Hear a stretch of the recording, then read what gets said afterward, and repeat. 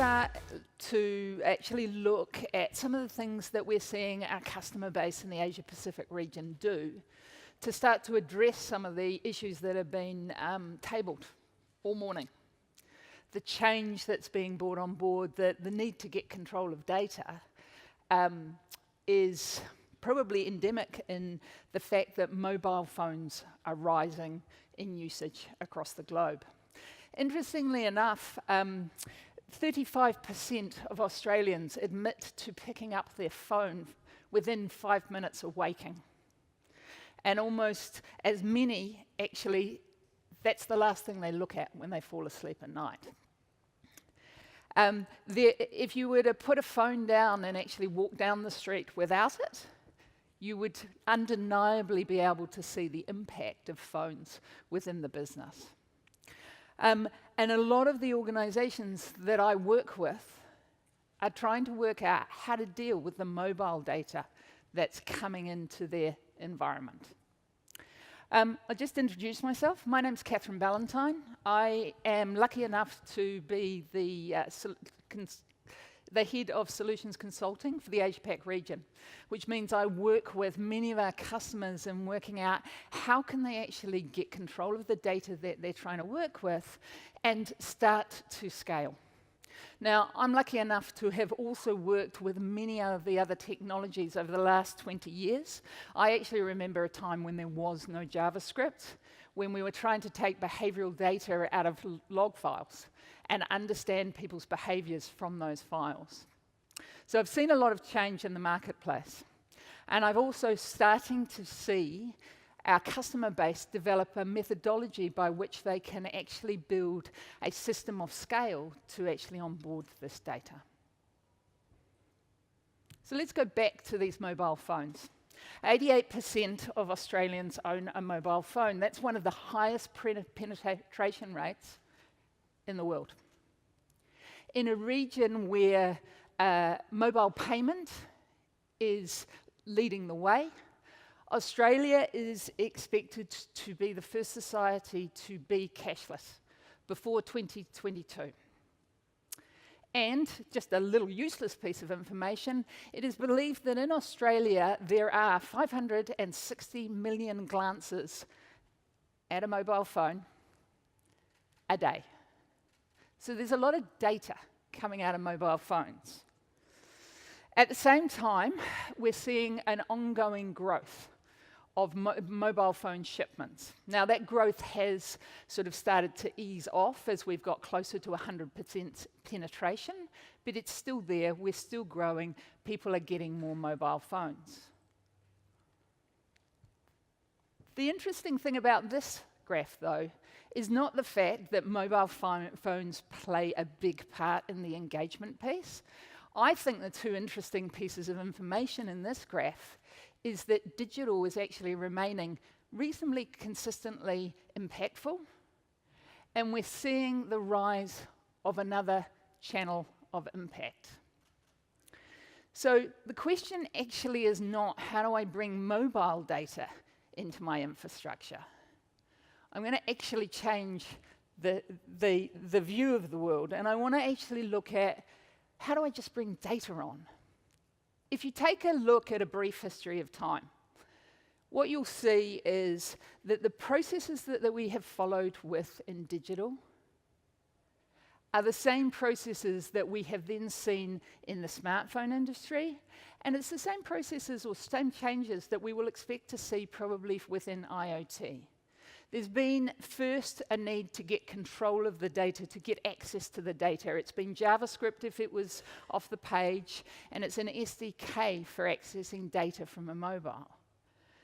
The next piece of the puzzle is actually, how do I take that data that I'm getting and put some form of structure, some form of standardization into the process so that I can get better control, so that I can get better scale?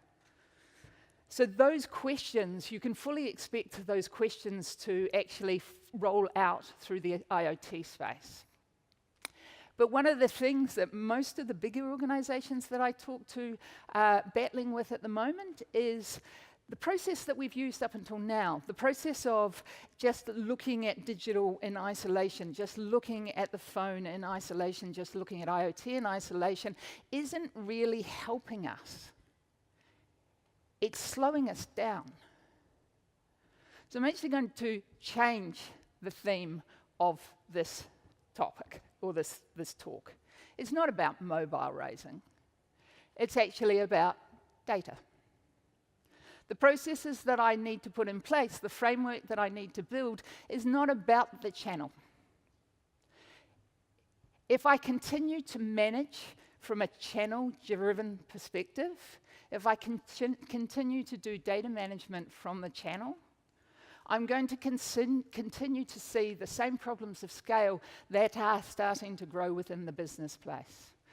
If I focus on the channel when I make decisions about how I bring data on board, I have issues with bottlenecks, both at the ability to bring the data on board, but also the ability to unify it.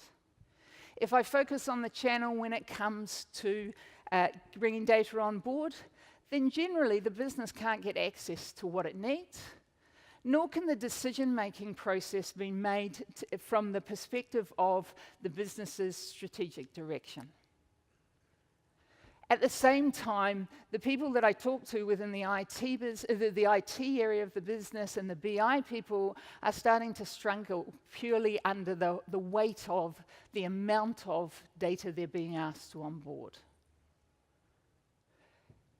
And then we've also heard earlier today, repetitively, how do I build privacy processes if I look at it from a channel perspective?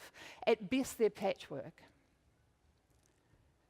And then finally, we're all searching for uniform CX. We're searching for a way to ensure that we have consistent, relevant messaging out there in the marketplace with the people that we're wanting to communicate with.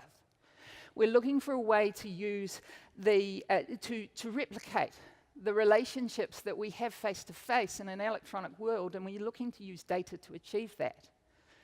But that simply is not going to happen until we actually start to tip some of the processes that we have used on their head. As product becomes customer focus, as channel centricity must become data centricity, the organic way in which we've managed the data process, which has actually aided our ability to quickly build these new channels, are actually now need to change.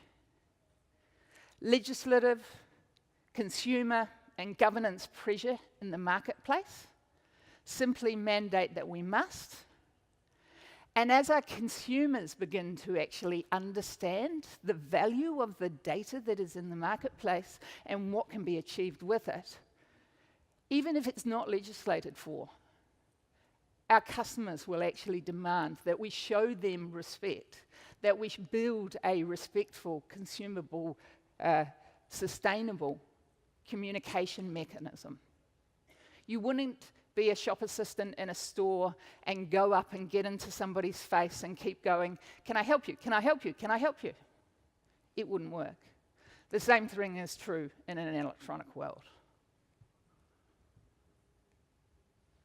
So, for me, it's probably not been 2018 that has been built by channel. To be honest, I think it's actually been up until 2018. There has been very much a focus to build by channel. And as I've mentioned before, part of the reason for that is really we've been wanting to build and build fast, and we probably haven't had the capacity to actually think of this in a cross-channel way. It requires, and as Sportsbet said earlier today, it requires a different form of thought. It requires a different structure within the business. It requires large amounts of change. 2019, I predict, will be the year of architecting for data. A change in the way that we actually look at this process for those who want to actually differentiate and market, and a change in the methodology. I think the thing that I'm seeing from some of our most successful customers is that they have taken a step back and they've said, okay, now I must start to actually build a methodology by which I can build this at scale, a process by which I can replicate this process no matter what data source I'm bringing on. whether it be a phone, whether it be IoT, or whether it be the CRM solution or the legacy database that's in the back-end systems. So what are they doing? And it's worth knowing what are the people who've been out there and have been trying it, what are they doing in terms of the processes they're carrying out? Well, the first thing we're seeing is there is actually a movement towards building an ingestion framework, a process that I can replicate no matter what the source. To achieve that process and to ensure that the data that I bring in can be accessible to all, the second piece we're seeing is the data layer framework that most of you know quite well from a digital perspective. We're seeing that actually, that concept roll out across all sources. The ability to actually build a flat data structure that's in the language of the business. That decoupling of the data, if you will, does a couple of things for me. It enables me to harvest data from any point. But more importantly, it enables more people within the business to consume that data. So as we look at the questions of scale, I can no longer leave the management of data in my IT department or the management of data in my BI department. As Madeline said, within the marketing department for her organization, they're actually bringing on board additional resources that have the ability to bridge the gap and to actually be part of the data management team. But for me to be able to make real use of the data that I'm harvesting, if I'm going to build these processes, then I better find a way to actually get the data to the endpoints, to the people who will utilize it for me to have a better conversation with my customer, no matter where they are. Once I have that, I also need to actually specify how it should be and ensure that I've standardized it. If I don't do that, and if I don't get a visualization on that, I'm going to struggle. And then I'm going to look for centralized distribution simply to ensure an improvement in the performance of the distribution process. Now that might be page load performance, but it might simply also be consistent and relevant messaging and the improvement of performance from that perspective. There are three things that, if I'm going to carry those three processes out in a successful manner, there are three things that I need to have that will underpin those things. The first thing is I've got to have a gateway that enables me to send this data out via the client side. But that same gateway must be capable of going out server-side as well. We are seeing a shift in the marketplace where more and more organizations are actually sending data server-side, again, to get an improvement in performance and who also potentially protect some privacy aspects.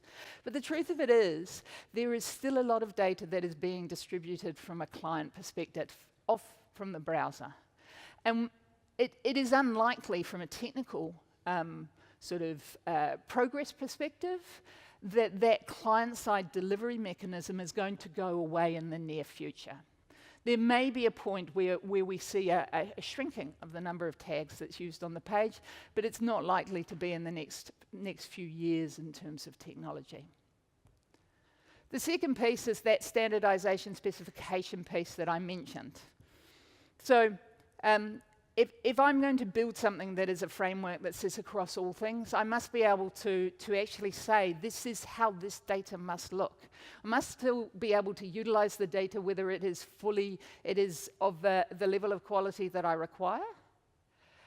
But I must, even if I just choose to use data that's not fully clean, as a terminology, I have to ensure that I actually know that. I need to be able to know the quality of my data and then act if I choose to correct it.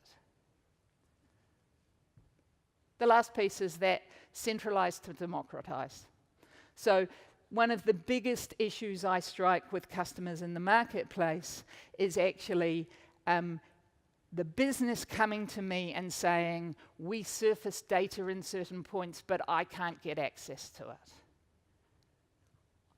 I've built a great structure where I can utilize my digital data, but I can't reach my app data. I can't see it, I can't touch it, so how can I listen to my consumer if I can't combine it? So the ability to actually bring the data into a central point is key to being able to actually build out a framework that will enable me to stream events, no matter where they've been surfaced, to any endpoint. I need to be able to get data in from any endpoint. I need to be able to manipulate it in whatever way, and then it must get back out there. Because the longer that it sits latent in any point, the lesser value it is to my organization. Latency is one of the biggest costs to data value in the marketplace. So you've seen it at least 3 times this morning, yeah? We're quite proud of it. One of the things I should point out is this standardization, this data layer, the moving of the correlation of the data to the point of collection actually removes a bottleneck for me as well. Because if I actually can put the data in the state at which I want to use it, at the point at which I collect it, now I've removed another point of latency within the process. So our ability to actually take data, to collect it from any source, standardize it at the point at which it's created, and then to pump it out in multiple different directions immediately, brings to any organization that's looking to build an event data framework a freedom of data movement. And we've heard it, we call this thing digital velocity. It's about the speed of the movement of the data that's so important. So I thought I'd just take an opportunity to talk about how some of our customers have actually utilized this capability. So I'm going to pick a company that probably most people have heard of. It's called Vodafone. Vodafone's an existing customer for us. They have presence in about 20 countries from a direct perspective, and then they have a series of partnerships in a number of other countries. For them, they were struggling to actually keep their web and their app releases agile, simply just straining under the cost of having different structures to capture data from different places. So they've used our IQ capability, so our tag management capability, to get control of that process and to bring in a level of agility so that they can actually keep those versions up to date. They've standardized the data layer, and they're using a single platform upon which to bring data in from many places. The next example is a US app vendor. And for them, so they build an app. They've got an iOS app, they've got an Android app, and they also had back-end data systems that they were wanting to combine. Now, how they collected the data off the Android app versus how they collected the data off the iOS app, that was different. And then they had this back-end data that was coming in, that they were wanting to combine with it. Now, they were having some problems because as the volume on the back-end data was increasing, so as an app, there's a lot of data being surfaced, and their existing infrastructure simply wasn't able to cope with that.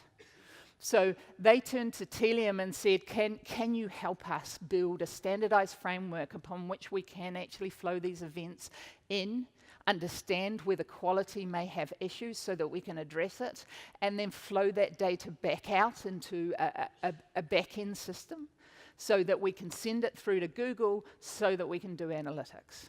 We just became the pipe with which we brought that data together and then we sent it back out. The last one's financial services. It's a regional example, and for them, and financial services have this problem quite often, it's about two worlds. My offline world is extensive in terms of my ability to manage data, but my online world, now that's a whole different world, and those two things for this particular organization had never been combined. They hadn't been able to bring behavioral data into their data warehouse. They hadn't even been able to get control of the data. So they started by building a data layer, and using Telium IQ to simply get control of the behavioral data in the digital world. And then the data warehouse people actually realized that there was this wealth of data that was available to them. They simply had to switch on a few extra pipes to bring that data layer in and through Azure and into their data warehouse. So all three of these examples are really good examples of In some cases, we were talking to the marketing people, and it's about the marketing people. In some cases, we're talking to BI people. There are 3 groups of individuals within every organization that we're dealing with who actually have the same problem but talk a very different language. So our IT people, you know, as mentioned earlier, the IT people are looking for stability but being asked to move data around and build integrations. Our BI people simply want to get access to the data, the more the merrier. And the marketers want to use it to actually have better conversations, to build a better, more consistent CX. So in terms of how do you architect for growth and for scale, I think the key things that we're seeing in the marketplace is that the customers are being most successful with this today are the ones that are, you know, building an overarching strategy or framework that sits across every source that they want to bring on board, and they acknowledge that the sources they're bringing on board today are just the start. This is becoming a piece of BAU that they fully expect to rinse and repeat, rinse and repeat. And that's part of the reason for building a framework on which they can do it. At the same time, they're looking to extend this data layer concept and use it in any place that they are sourcing data to bring together. The must of having a mature client-side gateway that complements the server-side gateway is consistently there with all of these organizations. And to achieve a level of data democracy, they look for ways to ensure that the whole business has data access, not just certain parts of it. Finally, there's just the specificity and actually specifying how the data should look and where it should come from. Last piece I'll mention is, we've heard today already that privacy is an opportunity, and I fully agree with that. To me, privacy is actually all about respectful, sustainable communications. We've given it this name, privacy, and we put legislation around it. But for a marketer, to me, it's more about, I have the opportunity, my consumers are telling me these are the ways they want to be communicated with. I should listen to those things. And I should use those indicators, those markers, to actually make good decisions about how I utilize this data so that I'm more effective in the conversations that I have, whether they be electronic or whether they be face-to-face. And then the last piece of it is these organizations at the bottom line are looking at how can they get data from anywhere and send it anywhere fast. They're not building into a channel and architecting for a channel. They are architecting for the concept that my data must be fluid and it must be omnipresent if it really is to be used in the same way that conversation is activated. So I too am going to thank everyone in this room. I've been around at Telium Australia for 4 years. I remember the first day that I ever saw Telium Audience Stream, and I realized that it would change the way that we did business, and that's why I came on board. But I'm really pleased that everybody's been able to come today. I appreciate it, and I look forward to talking to you further in the evening. Thank you.